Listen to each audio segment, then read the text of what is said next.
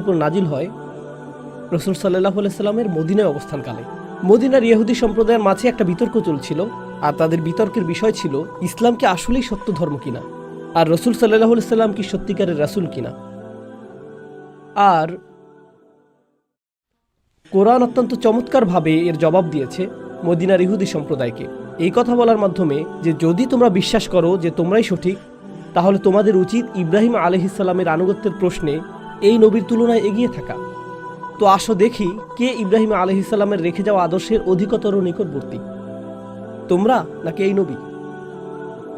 আর ইব্রাহিম আলাইহিস সালাম কোনো শিথিলতা ছাড়া নিজেকে সম্পূর্ণরূপে আল্লাহর ইচ্ছার কাছে সমর্পণ করেছিলেন। ইয ক্বালা লাহু রাব্বুহু আসলিম ক্বালা আসলামতু লিরাব্বিল আলামিন, অর্থাৎ যখনই আল্লাহ তাকে আত্মসমর্পণ করতে আদেশ করেছেন, তিনি ঘোষণা করেছেন আমি সম্পূর্ণরূপে আত্মসমর্পণ করলাম বিশ্বজাহান এবং সকল মানুষের প্রভুর সামনে।